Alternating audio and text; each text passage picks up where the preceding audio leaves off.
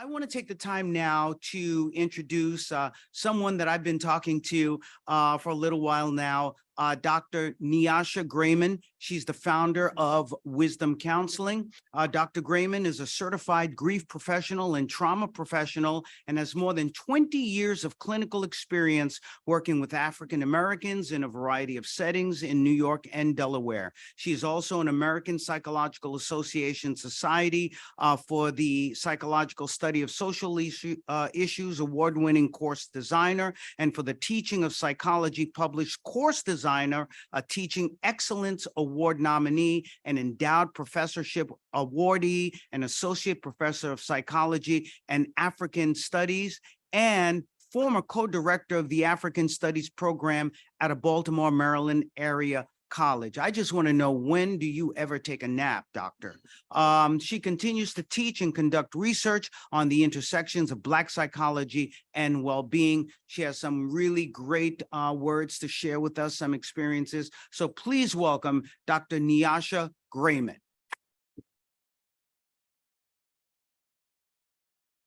Thank you, Dr. Jeff. So first, I want to thank the African American Leadership Council of Compassion and Choices for this invitation. As Dr. Jeff said, my name is Dr. Nyasha Grayman, and I am a grief therapist based in Baltimore, working virtually with clients across Maryland. And beginning 2024, I'll actually be able to work with clients across the country because our practice privileges are expanding beginning 2024. So one of the things that I do in my role as a grief therapist is walk alongside people who are journeying through anticipatory grief because of the terminal illness of a loved one. And you can imagine, as you know, we kind of got a sense from the panel was amazing, by the way. We got a sense from the panel that if you are the life partner or adult child or the parent of the loved one who is terminally ill, end of life planning is going to be part of your anticipatory grief journey. And so what I'm here to do today is actually to introduce you to a 10-minute relaxation pause experience that I introduce to my clients who are walking through this journey. So I'm not really going to lecture. We're going to have an experience. And at the end of the 10 minutes, I'm going to check in with you and see what you thought of the exercise. And I'm assuming the audio is going to be working, and I'm going to sit on the chair here and join you to drop in. You can close your eyes. If you're not comfortable closing your eyes, you can stare at a certain spot in your environment. If you're near a window, you can look outside the window. Like I said, I'm going to join you with this. And while we go through this, I want you to repeat the affirmations that I say to yourself silently. Okay.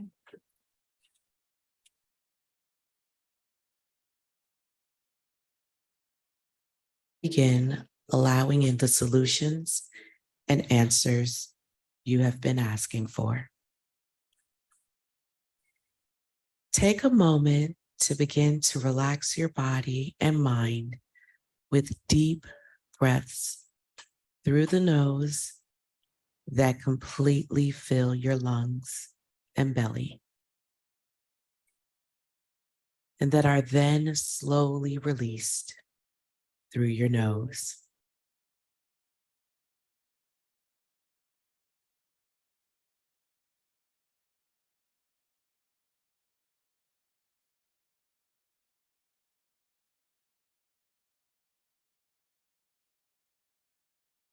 It is okay for you to relax.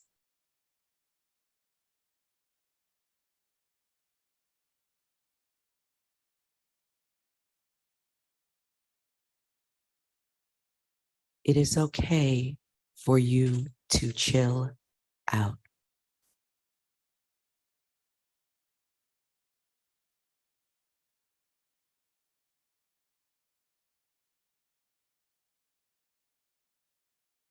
You are breathing more deeply.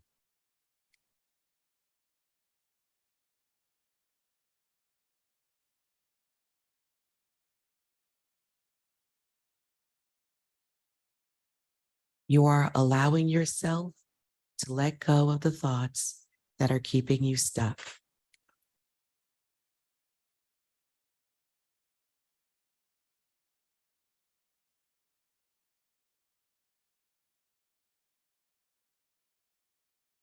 You are calming your mind.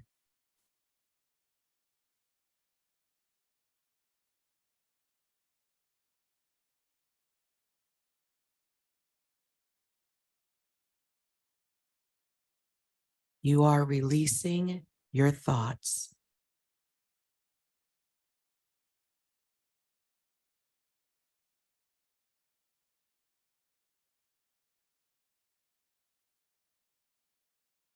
The voice in your head is calming down.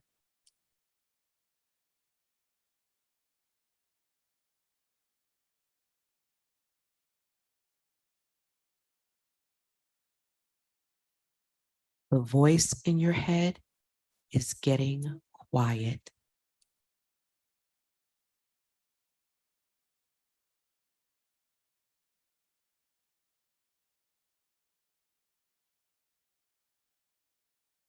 You are turning down the volume in your brain.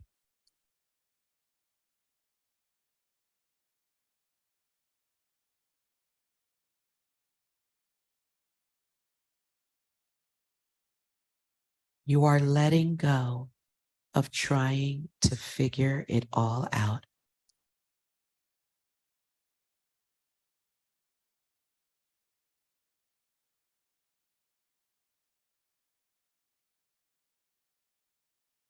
It is not your job to figure it all out.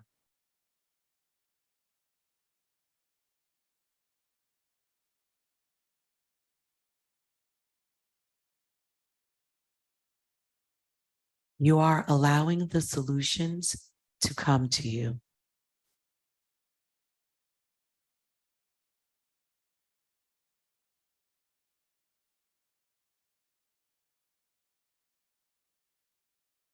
It is not your job to figure out the solutions.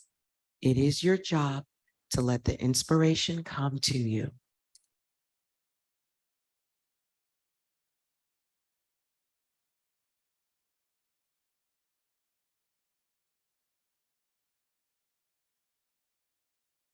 The more you relax, the more you allow your life to be better.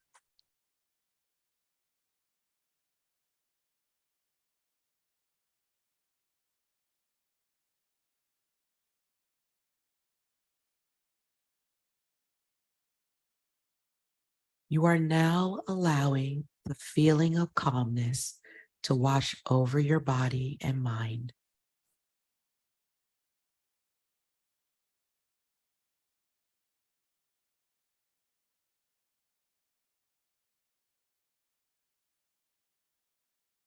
You are following the right path.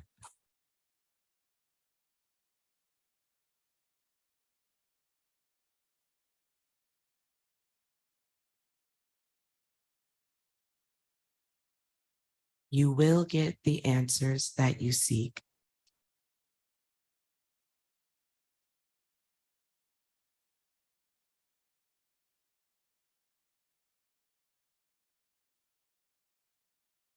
You are allowing yourself to take a break.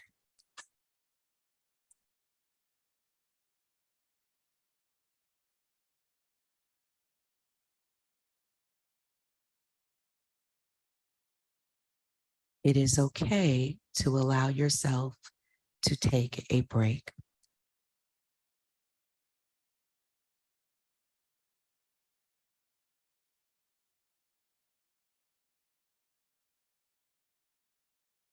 You are taking deep breaths.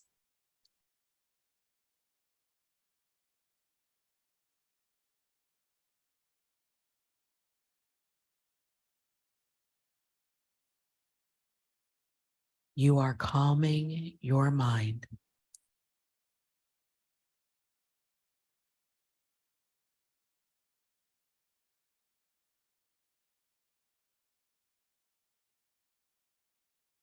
This feeling will pass.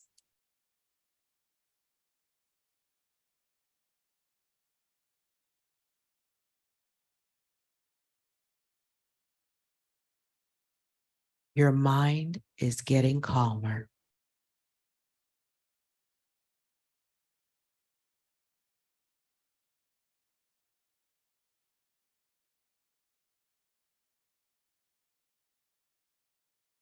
The solutions are coming.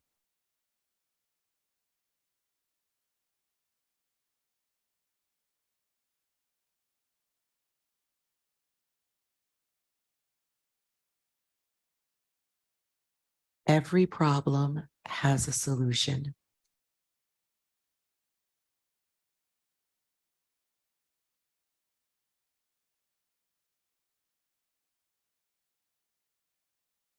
You are now relaxing so that you can tap into the infinite power and wisdom.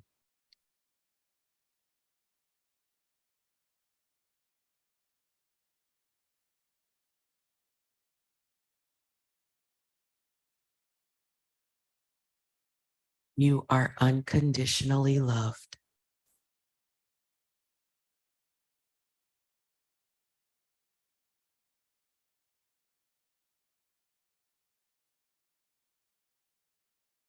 You are always guided in the right direction.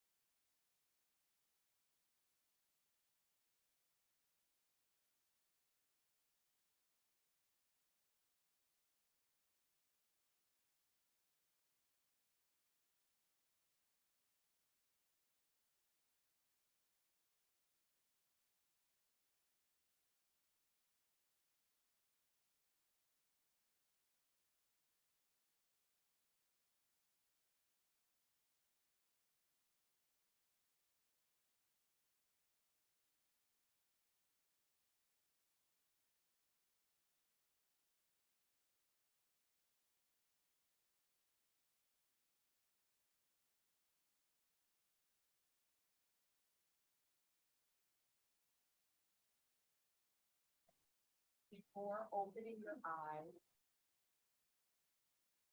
just go ahead and engage in gentle stretch of your neck as it feels comfortable to you. If your eyes are open and you're watching me, you can imitate what I'm doing, but really the point is to do what feels comfortable for you.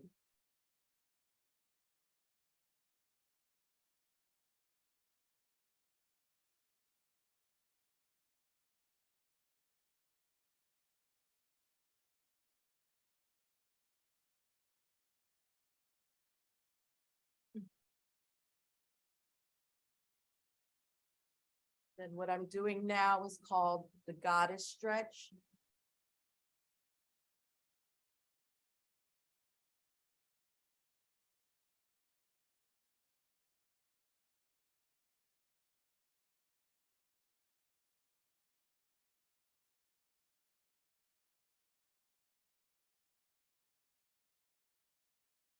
And I like to end with a big self hug.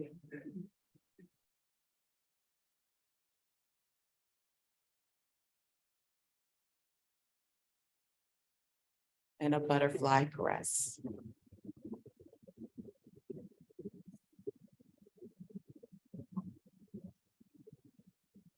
Oh, you moved the mic. Thank you.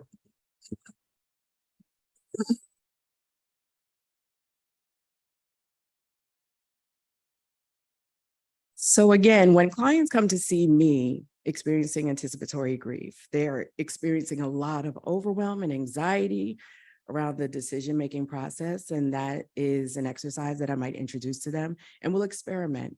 And so I'll have them try it, see how they feel about it.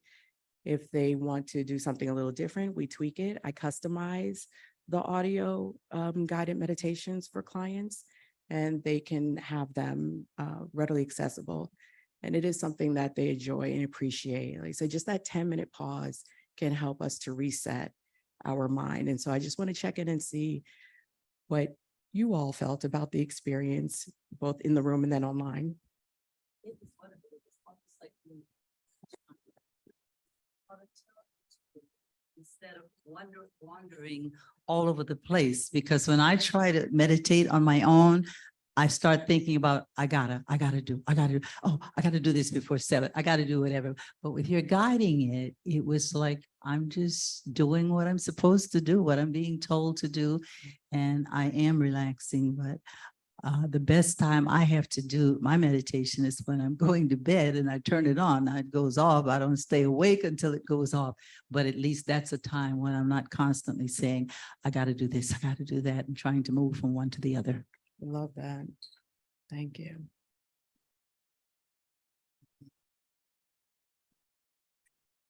The mic back here, Joanne. I literally felt all of my nerves and adrenaline and anxiety that I was feeling after finishing move from my chest down. Mhm. It was very relaxing. Wonderful. The really exciting part of it for me was feeling the muscles in my neck and shoulders relax. I didn't realize how much tension I was actually holding there.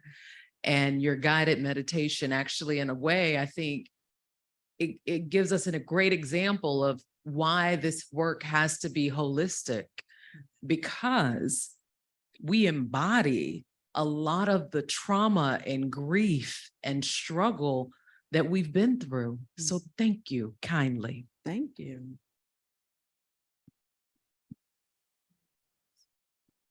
Anyone online?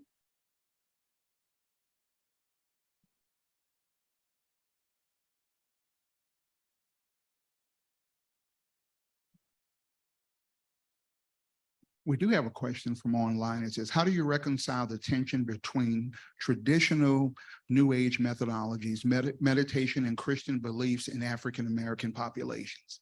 That's a great question. So I do present myself authentically, publicly as an integrative therapist, and I explain a little bit about what that means from my perspective on my website. And I explain that with prospective clients when they meet with me. And so if I'm working with someone, this is someone who is interested in my particular approach, which does integrate holistic wellness and Christian theology and nature therapy and traditional talk and cognitive behavioral therapy into the practice. So the clients who are coming to work with me are interested in that. And then while we're working together, there is a lot of translation that happens. And so when I'm engaging in a traditional cognitive behavioral intervention, which really, in one respect, what we just did was that's considered from a traditional psychological perspective, cognitive resourcing. I'm providing psychoeducation to the client about this. This is called cognitive resourcing.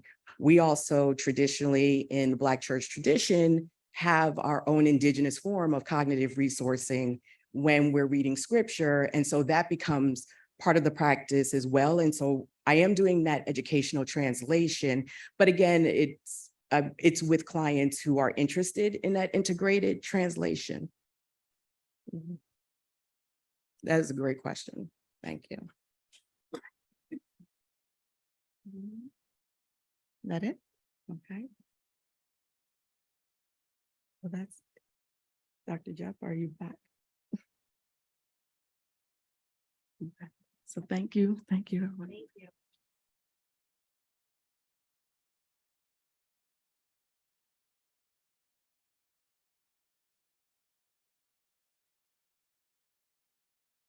Dr. Grayman, that was absolutely excellent. Thank you so very much. I hope you all at home really enjoyed that meditation and has put you in a place of peace and our discussions about end-of-life care. which should be peaceful. All right. Before we go any further, we're going to review some of the answers. Dr. Hall, do you want to come up and join us here? We're going to review the answers from the yes, you have to come up here. He was like, darn it, do I have to go up there? So we're going to review the answers from the first poll, and then we're going to give you a scan code so you can take the second set. So you want to go ahead and review some of the results of the We'll first. co-review. Okay, we'll co-review. We'll do it Yes, together. yes, All right, yes, there you yes. go. We'll just have to share the screen here.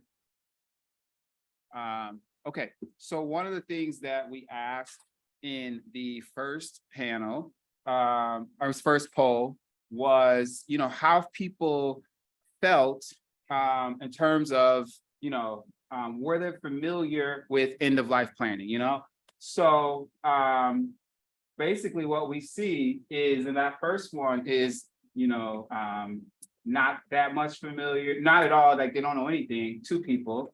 7 people said a little bit familiar. A lot of people said 22 people said they have strong kind of knowledge around this topic. 14 said that I have a little knowledge, but they want more. And 4 said, they know everything about it. Okay. So this is, so those 4 people, we don't, this is not for them. But it just shows you when you kind of survey a room, all the vast kind of wide amount of different places where people are. And if people are, all over the spectrum, then when we want to present care and present planning options and really work with them and meet them intentionally, as Ashley said, then we have to understand and take into account that everyone is starting from different points, okay, in this process. Next question. And isn't it amazing though, before we go to the next question, Dr. Hall, you do a lot of research. I've done research. We have researchers here, researchers online. Wouldn't it be wonderful in the future, we give this question, before there's before there's a lot of information given on end of life planning, see where they are pre, Yes, and then and see post. where they are post, Mhm. because I think those numbers are going to change I can't stand looking at my bald head, by the way. Hair today, gone tomorrow. What can I tell you? But when we look at the post, I think those numbers are going to increase, and that means that we're doing our jobs. Absolutely. Yep.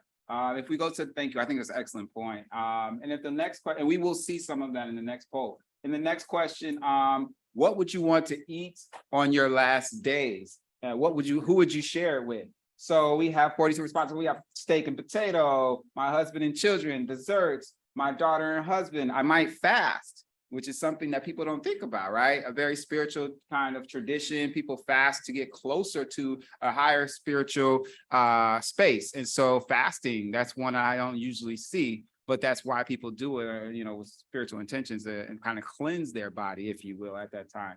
A meal with my family members, shrimp or po' boy sandwich. I know who that came from. Soul food with children, etc. So you see, Dr. Jeff, just so many responses. What do you say about what people are putting up here? What stands out to you? Well, it tells me it really is sort of celebratory, right? It's not just what is the last thing that they would like, but the way that they want to enjoy it with their families. And that's what this end of life planning is all about, your advanced directive. All the different aspects of what we talk about in Compassion and Choices, about bringing people together in celebration of the incredible life that you lived, the journey that you're about to take, but to do it in the most humanistic way possible. I've got to ask you, Dr. Hall, I make fun of him, but it's only because I'm envious. Dr. Hall is a vegan. So what would be your last vegan meal? Oh, I love it. I love it. I'm the one who put up a goosey stew on there. And if you don't know, that is a West African, Nigerian, Ghanaian dish. It's made from pumpkin seeds, ground pumpkin seeds, contumely, which is like spinach to us. So delicious. And that's kind of would be one of my meals. And who would you share it with?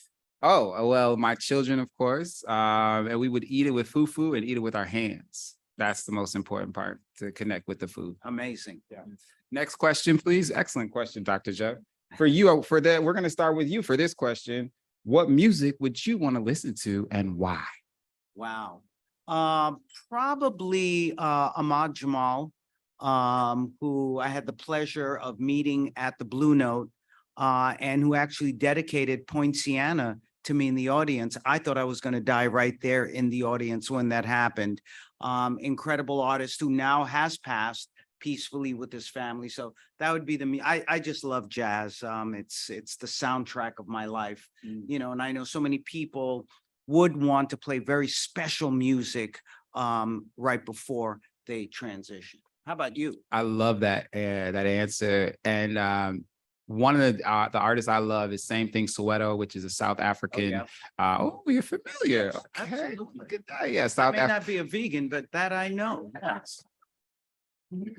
It's South African group, a cappella group, phenomenal. But I love jazz. The artist from New Orleans, his father, and then the tradition of New Orleans jazz is just so phenomenal. It just has that African feel and vibe to it. I love it.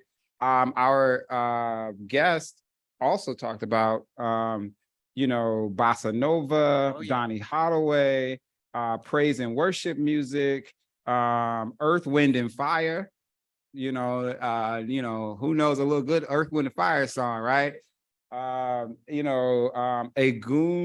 and Orisha music. And for those of you who don't know, Agun and Orisha, that's the comes from the Yoruba tradition, Ifa spiritual systems around, the deities and the energies that are associated with God and part of the ancestral lineage and ceremony that we did earlier. So that's excellent there as well as just letting Siri play whatever Siri wants to play. I heard that. And then the last question is, who have you talked to within more than 6 months that you would want to talk with before you die? And we have my twins, a few dozen people, Francine Rancher, people naming people, and particularly their mom just died. So I feel like I have spoken to so many people respectively, and a childhood friend even, or loved one. So even this question makes people think about people and, engaging with people maybe that they haven't. Yeah, people that you want to bring with you on your last day, especially if it is planned, part of your state as far as legality with regard to medical aid in dying. So it's really important that we, have all of these people who we've had conflicts with.